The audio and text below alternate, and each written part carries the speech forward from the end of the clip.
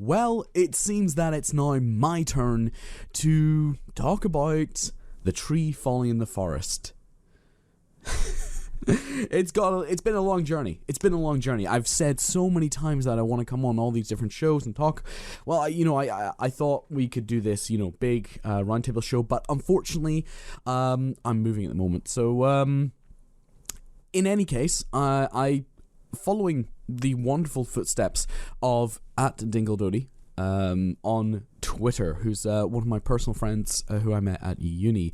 They're really, really cool, and their video is amazing. So go and check it out.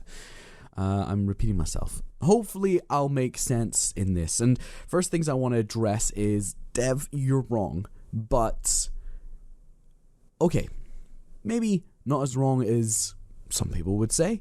I think you're using confusing language, and you've admitted yourself that you're using language that is political in the sense that you can dance around it and never said you said anything. Well, do you know what? I'm going to give you the real deal here, and I know that you are a scientist. That's been established on your show and in your conversation as well. So I'm not going to address you directly, but instead what I want to do is address the audience, explaining why I think that if the tree falls in a forest and no one's around, does it make a sound? And I'm going to be using the scientific method, because I think this is a malformed question. It's not a question that can be answered scientifically. So I want to bring it back to the scientific process. The scientific process is actually very, very basic. It's just some of the methodologies used in it are a bit more complicated than usual. But for this, I want to shortly explain this scientific method in a very basic way. If you know it, this will be very basic, and may feel a little patronized, but this is where I'm coming from in this sense, because I think this question fundamentally fails a scientific inquiry. So the scientific method is basically an observation, followed by a hypothesis, followed by a data collection, followed by an interpretation. Now, this data can be direct data, or it can be indirect data. Now, that's important later. So, when we make an observation, we look at the world and how something's happened in the world, and then we go to the next step. We draw a hypothesis. Based on what we already know about several universal laws, what is going on here? So our hypothesis leads on from our observation, and we make a hypothesis that is testable. We make a hypothesis that says, okay, I predict that this change will happen when this happens because of this. So when you set out a hypothesis, you have to know that what you want to measure is actually making the change. For example, if you had two plants and you wanted to know how good fertilizer was, you would give fertilizer to one plant and not to the other, so that you could know that that fertilizer was the thing having the effect and not just your magical water. In the same way, the tree thing doesn't work. So we have a tree and we have an observer. Whether that observer is a human or not is not relevant in this discussion, because ultimately observation has to include interpretation, whether that's through the most basic of physical laws or not. So when we have an observation, we have it either through a camera, through a person, etc., etc., etc., including a microphone as well. Because we can analyze that data, but it only makes sense when we analyze it. Data doesn't speak for itself. Data needs to be understood in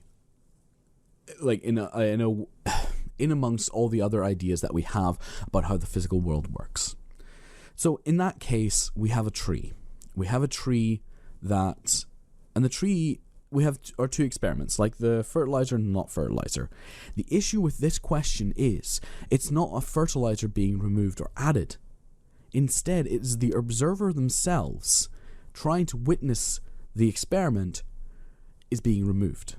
Now the problem is, does a tree in the forest make a sound when someone is there? The observer would observe the tree falling, hearing it make a sound, and tick yes. Now, we want the other side, the hypothesis. We want to have the other side of the question. Does a tree make a sound when the observer is not present? The observer obviously isn't present, so what can he write? Can he really write yes? No. When he does the empirical data collection, he can't say yes, because he's not there to observe it. So this is the problem with the question. It's not a scientific question. It's not a question that can be asked of science. And that's ultimately why it can't be answered within the scientific method, because the scientific method relies on observers to make empirical data points from the world. That's the whole great thing about science, is that we can then use that data to predict the future. Now, if the question was, do you predict that if a tree falls in a forest when nobody is around, it will make a noise? Yes, we do predict that. Because if it didn't happen, it would really, really call into question some of the laws of physics that we know. If it doesn't happen, then we have to go back to the drawing board with a lot of other things too.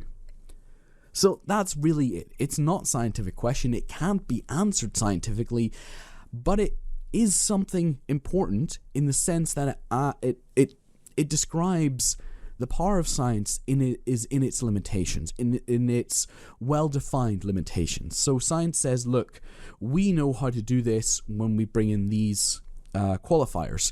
This is done in this framework, so other people can take it and reproduce the experiment exactly, and if they get the same results, then we know that's the kind of thing that happens in the world. That's what the great thing about science is. The thing is, this is not a scientific question, because in science you always need an observer, if it is an indirect observer or a direct one.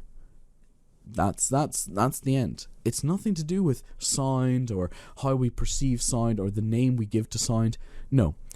If we predict the tree, the prediction is the tree makes a sound. Otherwise, we don't know. Not for sure.